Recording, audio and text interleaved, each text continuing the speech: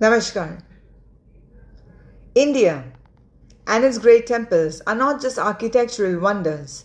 They're living institutions of faith, trust, and devotion. Millions walk barefoot, donate their hard-earned money, and bow their heads with pure belief that everything that they are offering reaches their deity. But the recurring controversies over the past few years tell a very disturbing story. Something is breaking inside our temple management systems. The latest shock comes from Sabarimala, where a gold plating project meant to beautify the Dwarka idols has turned into a full-blown scandal.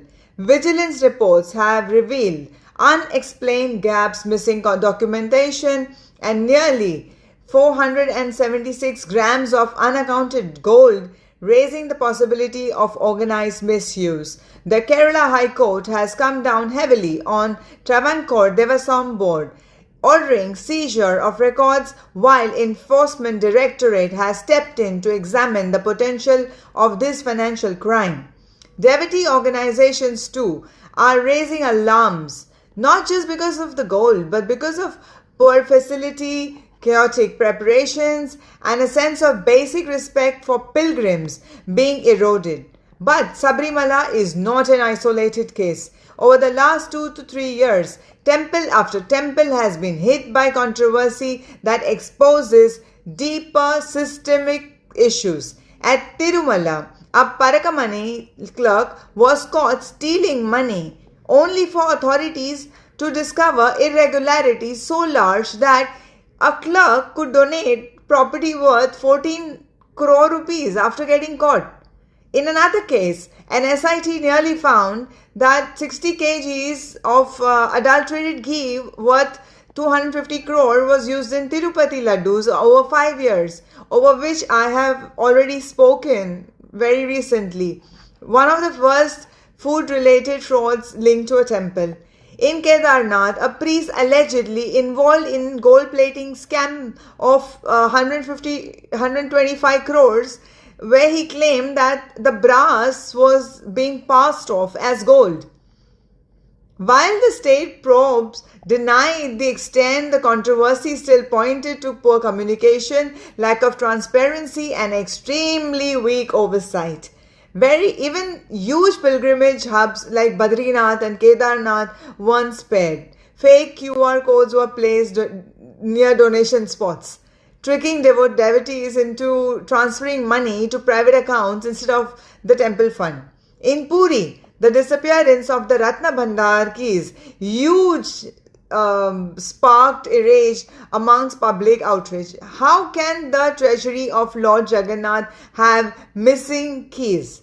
Together, these incidents point a troubling picture: mismanagement of temple gold, adulterations of offerings, missing donation records, chaotic pilgrimage facilities, political tug-of-war over temple boards, and above all, a growing gap between what devotees believe and what the temple system delivers. This is not about attacking faith, it's about protecting it. India needs transparent temple audits, modern management practices involving independent financial oversight and accountability that matches the sanctity of these religious spaces.